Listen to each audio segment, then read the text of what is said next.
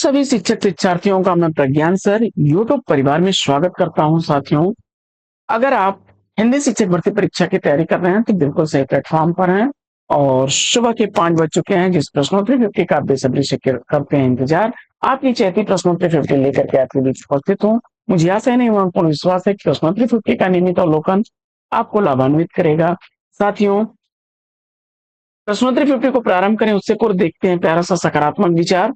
और आज का सकारात्मक विचार आपके लिए ये है कि अपने अंदर सीखने का जुनून विकसित कीजिए। अगर आपने यह कर दिया तो आपको आगे बढ़ने से कोई नहीं रोक सकता। साथियों, गलतियां सबसे होती हैं, असफलता सबको मिलती है, लेकिन असफलता और गलतियों से सीख करके सफलता के लिए प्रतिदिन तैयार रहिए। निश्चित सफलता मिलेगी। और इसी सकारात्मक विचार के साथ देखते हैं प्रश्नोत्तरी जुटी का पहला प्रश्न। पहला प्रश्न आपकी स्क्रीन पर। लेकिन पहला प्रश्न, आगे बढ़े इससे पहले वीडियो को लाइक नहीं तो लाइक, शेयर नहीं किया तो शेयर, चैनल पर पहली बार में चैनल को सब्सक्राइब करना बिल्कुल ना भूलें। आपके लाइक शेयर सब्सक्रिप्शन से हमको मिलता है पुनर्बलन ऐसी पाठचर्या लाने के लिए। मुझे उम्मीद है कि प्यार दुलार स्नेह देंगे, वीडियो को ज्यादा से ज्यादा लाइक और शेयर करेंगे। प्रारंभ करेंगे पाठचर्या और देखते हैं पहला प्रश्न। काठमांडू की पहली सांझ किसकी रचना है? काठमांडू की पहली सांझ शिवमंगल सिंह सुमन की रचना है। प्रश्न संख्या 2 है कि हिंदी साहित्य का ओझल नारी इतिहास इतिहास ग्रंथ के लेखक कौन है? हिंदी साहित्य का ओझल नारी इतिहास नीरजा माधव द्वारा लिखा गया 2013 ईस्वी का प्रकाशित इतिहास ग्रंथ है। प्रश्न संख्या 3 है कि अपनी अपनी बीमारी कृति का प्रकाशन काल क्या है? अपनी अपनी बीमारी यह हरिशंकर प्रसाई की रचना और 1972 ईस्वी से रचना का प्रकाशन वर्ष। प्रश्न संख्या 4 है, हिंदी में अकविता आंदोलन का प्रवर्तक किसे माना जाता है? हिंदी में अकविता आंदोलन का प्रवर्तक किसे माना जाता है? तो जगदीश चतुर्वेदी सही जवाब। प्रश्न संख्या 5, सुजान हित प्रबंध काव्य के रचनाकार कौन है? सुजान हित प्रबंध काव्य घनानंद की है। प्रश्न संख्या 6, भक्ति काल को लोक जागरण काल नाम से किसने पुकारा है? भक्ति काल को लोक जागरण काल से पुकारने वाले हैं रामविलास शर्मा। व्योमकेश दरवेश के लेखक कौन है? व्योमकेश दरवेश विश्वनाथ त्रिपाठी की रचना 2010 ईस्वी इस रचना का प्रकाशन है। प्रश्न संख्या 8 है कि हिंदी साहित्य की कहानी के लेखक कौन है? हिंदी साहित्य की कहानी यह रचना प्रभाकर माचवी की है, 1957 ईस्वी इस रचना का प्रकाशन है। प्रश्न संख्या 9 है कि खरगोश के सिंह हास्य व्यंग के निबंधकार कौन है?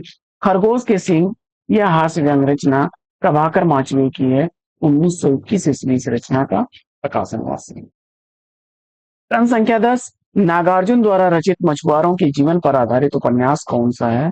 नागार्जुन द्वारा रचित मछुआरों के जीवन पर आधारित उपन्यास सागर लहरें और मनुष्य है। प्रश्न संख्या 11 है कि भक्ति आंदोलन को लोक जागरण की संज्ञा किसने दी? भक्ति आंदोलन को लोक जागरण की संज्ञा देने वाले आचार्य हजारी प्रसाद द्विवेदी जी हैं।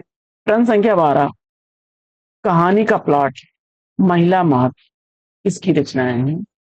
महिला महत्व कहानी का प्लॉट दोनों ही शिव पूजन सहाय की रचनाएं हैं। कहानी का प्लॉट 1922 ईस्वी का, वहीं महिला महत्व 1928 ईस्वी की प्रकाशित रचना है। प्रश्न संख्या 13 की चिंतामणि भाग 3 का संपादन कार्य किसने किया? चिंतामणि भाग 3 का संपादन नामवर सिंह ने किया। प्रश्न संख्या 14, संवेदनशील इंद्रिय बोध का कवि किसे कहा जाता है? संवेदनशील इंद्रिय बोध के कवि के रूप में कौन प्रसिद्ध है? इसका जवाब बताना है।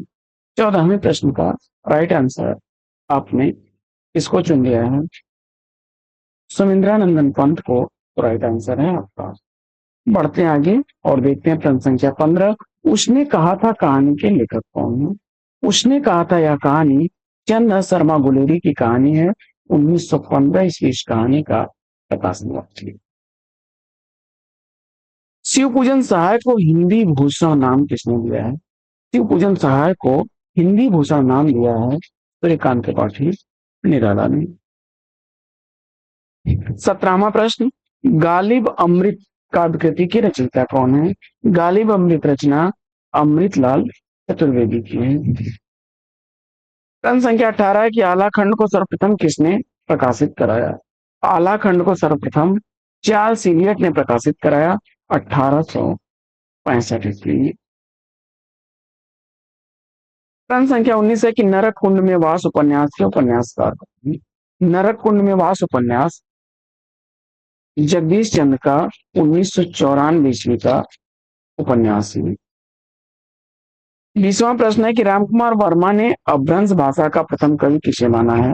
रामकुमार वर्मा ने अपभ्रंश भाषा का प्रथम कवि स्वयंभू को माना है। 21वां प्रश्न है कि अमीर खुसरो को महाकवि या कवियों के राजकुमार की संज्ञा किसने दी है? अमीर खुसरो को महाकवि या कवियों का राजकुमार कहा है डॉक्टर ईश्वरी प्रसाद। 22वां प्रश्न गोबर गणेश उपन्यास के लेखक कौन है? काफी रिपीट होने वाला प्रश्न। रमेश चंद्र शाह द्वारा लिखा गया गोबर गणेश उपन्यास 1978 ईस्वी का प्रकाशन उपन्यास। 23वां प्रश्न है कि चक्रव्यूह काव्य संग्रह के रचनाकार कौन? चक्रव्यूह काव्य संग्रह कुंवर नारायण द्वारा लिखा गया 1956 ईस्वी का प्रकाशित काव्य। प्रश्न संख्या 24 है कि काव्यालंकार सूत्रवृत्ति की रचनाकार कौन है? काव्यालंकार सूत्रवृत्ति का रचनाकार आचार्य वामन है। 8वीं सदी की यह रचना है। प्रश्न संख्या 25 हिंदी काव्यधारा के रचनाकार कौन है? हिंदी काव्यधारा महापंडित राहुल शांकरपायन जी की है। 26वां प्रश्न शेष स्मृतियां निबंध संग्रह के लेखक कौन है? शेष स्मृतियां निबंध संग्रह रघुवीर सिंह का है और 1939 ईस्वी का। 27वां प्रश्न है कि तमाल के झरोखे से निबंध संग्रह के लेखक कौन है? तमाल के झरोखे से निबंध संग्रह विद्यानिवास मिश्र जी का है और 1981 ईस्वी का प्रकाशित। प्रश्न संख्या 28 है कि पुरानी जूतियों का कोरस कृति की रचनाकार। पुरानी जूतियों का कोरस नागार्जुन की रचना है 1983 ईस्वी रचना का प्रकाशन। प्रश्न संख्या 29 है कि निराला दार्शनिक कवि है यह कथन किसका है? निराला दार्शनिक कवि है यह कथन डॉक्टर रामविलास शर्मा। प्रश्न संख्या 30 है कि द्विवेदी युग का वह कौन सा कवि जिसने सारी रचनाएं ब्रज भाषा में की हैं? इसका नाम बताइए। द्विवेदी युग के वे कौन से कवि हैं जिन्होंने सारी रचनाएं ब्रज भाषा में की? जवाब हो जाएगा जगन्नाथ दास रत्नाकर। प्रश्न संख्या 31 पुराने घर नए लोग। पुराने घर नए लोग का कृति के रचनाकार ठाकुर प्रसाद। झोपड़ी से राजभवन तक आत्मकथा का प्रकाशन वर्ष पूछा जा रहा है। काफी रिपीट होने वाला प्रश्न। झोपड़ी से राजभवन तक माता प्रसाद की आत्मकथा है 2002 ईस्वी का प्रकाशन वर्ष। 33वां प्रश्न है कि काव्यालंकार सार संग्रह के रचनाकार कौन है? काव्यालंकार सार संग्रह उद्भट द्वारा लिखा गया 8वीं सदी का ग्रंथ है। छाया लोक नवगीत संकलन किसकी रचना है? छाया लोक नवगीत संकलन डॉक्टर शंभू सिंह की रचना है। 35वां प्रश्न है कि छायावादी कवि सुमित्रानंद पंत किस दर्शन से प्रभावित थे? छायावादी कवि सुमित्रानंद पंत अरविंद दर्शन से प्रभावित थे। 36वां प्रश्न है कि रविंद्र कविता कानन के लेखक कौन है? रविंद्र कविता कानन सूर्यकांत त्रिपाठी निराला की रचना है। 37वां प्रश्न है कि मध्यकालीन धर्म साधना किसका निबंध है? मध्यकालीन धर्म साधना आचार्य हजारी प्रसाद द्विवेदी जी का निबंध है। 38वां प्रश्न है कि विनायक उपन्यास के उपन्यासकार कौन है? विनायक उपन्यास का उपन्यासकार आपने रमेश चंद्र शाह को चुना 2014 ईस्वी का प्रकाशन है। प्रश्न संख्या 39 है कि हिंदी साहित्य विमर्श साहित्य इतिहास ग्रंथ के लेखक कौन है? हिंदी साहित्य विमर्श साहित्य इतिहास ग्रंथ का लेखक पद्मलाल पुन्नालाल बख्शी हैं। 1923 ईस्वी इस इतिहास ग्रंथ का प्रकाशन हुआ। 40वां प्रश्न है कि डॉक्टर गणपत चंद्रगुप्त ने उत्कर्ष काल का समय कितना माना है? गणपत चंद्रगुप्त ने उत्कर्ष काल का समय 1350 से लेकर के 1500 ईस्वी तक माना है। 41वां प्रश्न है कि युगधारा का प्रकाशन वर्ष क्या है? तो युगधारा कृति नागार्जुन की रचना है और 1953 ईस्वी की रचना का प्रकाशन हुआ। प्रश्न संख्या 42 है कि प्रभात फेरी के रचनाकार कौन है? प्रभात फेरी रचना नरेंद्र शर्मा की रचना है। 1938 ईस्वी की रचना का प्रकाशन है। प्रश्न संख्या 43 है कि कला का जोखिम किसकी रचना है? कला का जोखिम निर्मल वर्मा की रचना है। 1981 ईस्वी की रचना का प्रकाशन हुआ। प्रश्न संख्या 44 है कि किस कवि के प्रशंसकों ने उन्हें अभिनय जयदेव कहा है? अभिनय जयदेव की संज्ञा विद्यापति को दी है उनके प्रशंसकों ने। अंधेरे में कविता को आरक्षित जीवन की कविता किसने कहा है? अंधेरे में कविता को आरक्षित जीवन की कविता कहने वाले रामविलास शर्मा। प्रश्न संख्या 46 है कि मेरीगंज गांव का वर्णन फणीश्वर नाथ रेणु के किस उपन्यास में हुआ है? मेरीगंज गांव का वर्णन फणीश्वर नाथ रेणु ने अपने किस उपन्यास में किया है? जवाब हो जाएगा मैला आंचल 1954 ईस्वी।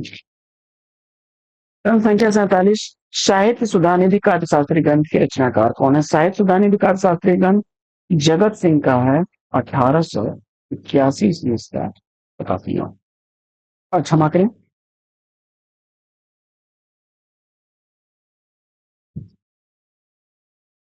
1801 ईस्वी का प्रकाशन हुआ। अगला प्रश्न है कि चंद्रलोक की यात्रा कहानी के लेखक कौन है? चंद्रलोक की यात्रा कहानी केशव प्रसाद सिंह की कहानी है। 1900 ईस्वी का प्रकाशन हुआ। अगला प्रश्न है कि धर्म नैतिकता और विज्ञान किसकी रचना है? धर्म नैतिकता और विज्ञान रामधारी सिंह दिनकर की रचना है। अगला प्रश्न आधुनिक व्याकरण आधुनिक हिंदी व्याकरण 1896 ईस्वी का किसके द्वारा लिखा गया है? जवाब हो जाएगा ग्रीव्स महोदय द्वारा। साथ ही हम प्रश्नोत्तरी 50 कैसे लिखे कमेंट्स करके जरूर बताइए।